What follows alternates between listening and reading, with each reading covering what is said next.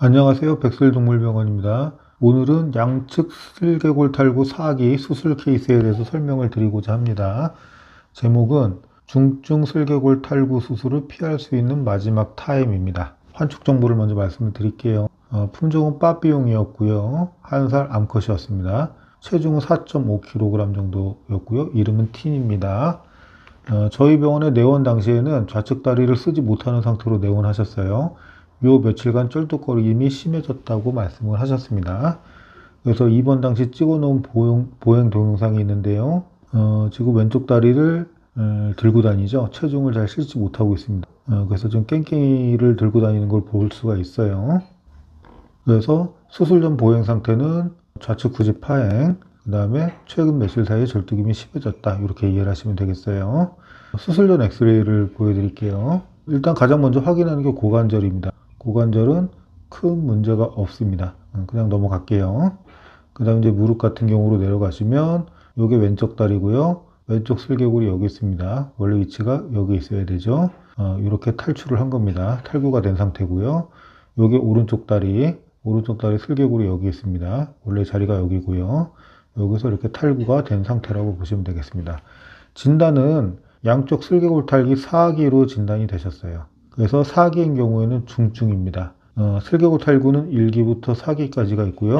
그 중에서 4기가 마지막 단계입니다. 근데 저희 같은 경우는 4기도 또 두 가지로 나눠요. 일단 먼저 드릴 거는 수술이 4기가 되면 복잡해집니다. 그래서 간단히 말씀을 드리면 1기부터 3기까지 수술은 상대적으로 쉽다라고 말씀을 드릴 수 있어요. 이것도 쉬운 건 아니지만 근데 4기 수술인 경우에는 1기에서 3기 수술보다 훨씬 어려워집니다. 근데 티니 같은 경우는 4기이지만 3기에서 넘어온지 막 넘어온 그런 4기라고 보시면 돼요. 그래서 4기이지만 쉬운 방법으로 수술이 끝날 거라고 예상이 됐어요. 그리고 실제로도 그렇게 됐고요. 그래서 이 환축은 4기이긴 하지만 중증 수술을 하지 않아도 되는 그런 상태라고 이해를 하시면 되겠습니다. 그래서 제목에서 말씀드렸다시피 여기서 조금만 더 진행이 되면 중증 수술로 가야 돼요. 그래서 중증 수술에 들어가기 전 마지막 타임이라고 이렇게 제목을 붙여봤어요. 수술 자체는 그냥 일반적으로 저희가 이제 맨날 하는 수술이기 때문에 수술을 진행을 하면 되는데요. 근데 티니 같은 경우에는 한 가지 변수가 있습니다. 그게 뭐냐면 요거는 종아리뼈를 옆에서 본 거예요. 지금 이제 여기가 종아리뼈 앞에 부분이 이렇게 돼 있는 건데요. 좀 잘 보시면 뼈가 이 부분이 비어 있는 걸 보실 수가 있어요. 어떻게 보시냐면 뼈가 이렇게 하얀 부분, 이게 강도가 좋은 뼈입니다. 강도가 굉장히 센 뼈고요. 그 다음에 이렇게 좀 색깔이 회색 부분인 뼈가 그거보다 좀 약하다라고 그냥 단순하게 뭐 꼭 그렇진 않지만 이해를 하시면 돼요. 근데 지금 다시 보시면 이 부분은 검해요. 마치 골절이 난 것 같죠? 근데 골절이 난 거는 아닙니다. 왜 그러냐면 애기기 때문에 그래요. 지금 티니가 1살 정도이기 때문에 애기일 때는 성장판이 자라면서 뼈를 이렇게 자라게 하잖아요. 그 부분이 골화가 잘 안 돼 있습니다. 그래서 골화가 안 된 뼈는 이렇게 시커멓게 엑스레이상에서 나타나요. 그래서 이거는 정상적인 경우입니다. 그래서 이게 나이를 먹으면서 시간을 지나게 되면 이 부분 검했던 부분이 골화가 되면서 다른 뼈처럼 이렇게 하얗게 변해요. 그러면 뼈의 강도가 올라가게 되죠. 근데 아직은 어리기 때문에 이 부분의 뼈의 강도가 굉장히 약한 상태입니다. 그래서 이게 수술할 때 영향을 주게 돼요. 어떤 영향을 주는지를 이해를 하려면 먼저 슬개골 수술에 대해서 좀 이해를 하시는 게 좋을 것 같아요. 이 그림은 여러 번 설명드린 바가 있는데요. 왼쪽이 정상적인 무릎 관절, 오른쪽이 비정상적인 무릎 관절입니다. 요 동그란 뼈가 슬개골이죠. 요 슬개골은 무릎 인대 안에 같이 포함이 되어 있습니다. 그리고 무릎 인대는 이렇게 와서 종아리뼈랑 부착이 되죠. 요 부착되는 부분을 경골 조면이라고 합니다. 슬개골 탈구가 발생을 하면 종아리뼈가 사타구니 쪽으로 돌아가게 돼요. 그러면 사타구니 쪽으로 경골 조면도 같이 돌아가게 되고요. 그 결과 무릎 인대도 같이 돌아가면서 슬개골이 빠지게 되는 겁니다. 그게 오른쪽 상태입니다. 원래 이 상태에서 있었던 슬개골이 종아리뼈가 안쪽으로 돌아가면서 무릎 인대와 같이 이렇게 빠지게 되는 거예요. 그래서 이거 수술을 하는 방법 중에 가장 중요한 방법 중에 TTT라고 있습니다. 이 TTT라는 방법이 뭐냐면 이렇게 삐뚤어진 무릎인대 각도를 원 상태로 회복시켜주기 위한 방법입니다. 어떻게 회복을 시키냐면 무릎인대가 종아리뼈에 붙는 부분, 이 부분 경골조면을 골절을 시킵니다. 골절을 시켜서 경골조면을 분리를 한 다음에 요 경골조면을 이쪽으로 이동을 시켜줘요. 그러면 경골조면에 붙어있는 무릎인대도 같이 이쪽으로 이동을 하게 되고요. 그렇게 되면 빠졌던 슬개골이 원래 상태로 돌아온다는 그런 원리를 이용한 수술법이에요. 보호자분께서는 아까도 말씀드렸다시피 TTT라는 약자로 많이 알고 계신 수술 방법이에요. 그래서 이 수술 방법을 써야 되는데 여기서 문제가 생깁니다. 요 측면 엑스레이로 다시 설명을 드리면요. 지금 위에 뼈가 허벅지 뼈고요. 밑에 뼈가 종아리 뼈입니다. 슬개골이 옆에서 봤을 때 이게 슬개골이에요. 슬개골 위가 허벅지 근육이겠죠. 그 다음에 여기서 무릎인대가 이렇게 와서 경골조면에 부착이 됩니다.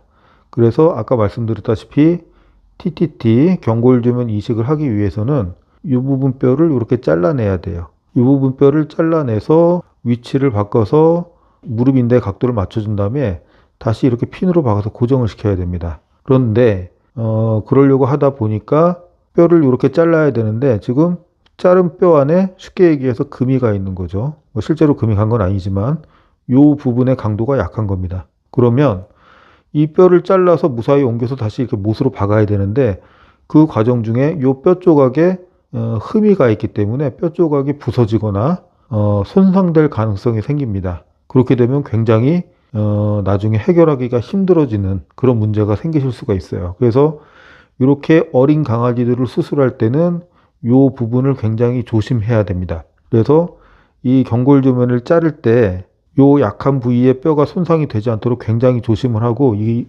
이거를 다루는 게 굉장히 노하우입니다. 그래서 수술을 많이 해보지 않은 병원에서는 다루지 못하는 경우가 많고 실제로 이 경골조면을 파손시켜서 큰 문제를 일으키는 경우도 꽤 많습니다. 그래서 옛날에 저희가 수술했던 강아지 중에서 어떤 강아지가 있냐면 그 해당 병원은 이제 정형외과를 많이 하지는 않으시는 병원 같아요. 요 부분을 그 수의사께서 골절로 인식을 하신 거예요. 그래서 골절로 인식해서 이거를 골절 수술을 해버리셨어요. 그러다가 이제 골절 수술이 잘 됐으면 모르겠는데 또 골절 수술이 잘 안 됐어요. 그래서 여기가 완전히 뭉개지면서 여기 무릎인대가 끊어지면서 완전히 다리를 못 쓰게 됐던 그 상태에서 이제 저희 병원에 오셨는데 상태가 심해서 저희도 어떤 조치를 취해드리진 못했어요. 그래서 그런 경우도 있었습니다.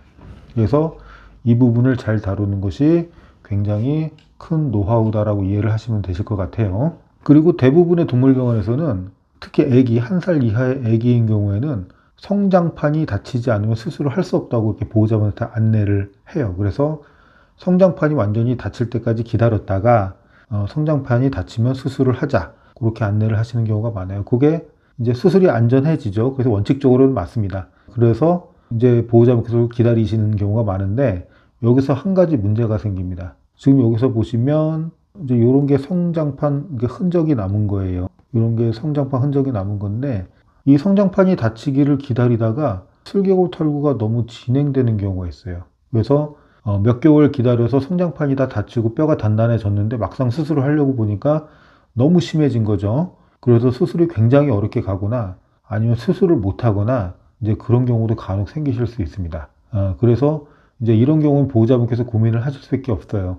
이런 약간의 위험성을 무릅쓰고 조기에 수술을 해서 추가적인 관절 변형을 막으실 건지 아니면 나는 이런 위험성이 너무 무섭기 때문에 기다렸다가 수술을 할 건지 그거를 좀 보호자분께서 결정을 하셔야 돼요. 근데 저희 병원 같은 경우에는 경골조면 이 부분이 너무 약해서 너무 위험하지 않는 한 웬만하면 조기에 수술을 해서 관절의 추가적인 변형을 막는 것이 좋다라는 입장을 가지고 있습니다. 그리고 저희 병원 같은 경우 이런 수술을 많이 해봤기 때문에 이런 경우를 충분히 컨트롤 할 수 있는 노하우를 많이 가지고 있다고 말씀을 드릴게요. 그래서 수술 계획에 대해서 좀 말씀을 드리면요. 일반적인 일단 슬개골 수술입니다. 활차고 성형술을 하고 경골조면 이식을 할 거고요. 내츠 캐리술을 쓰고 관절락 성형을 해서 슬개골 수술을 완성을 할 건데요.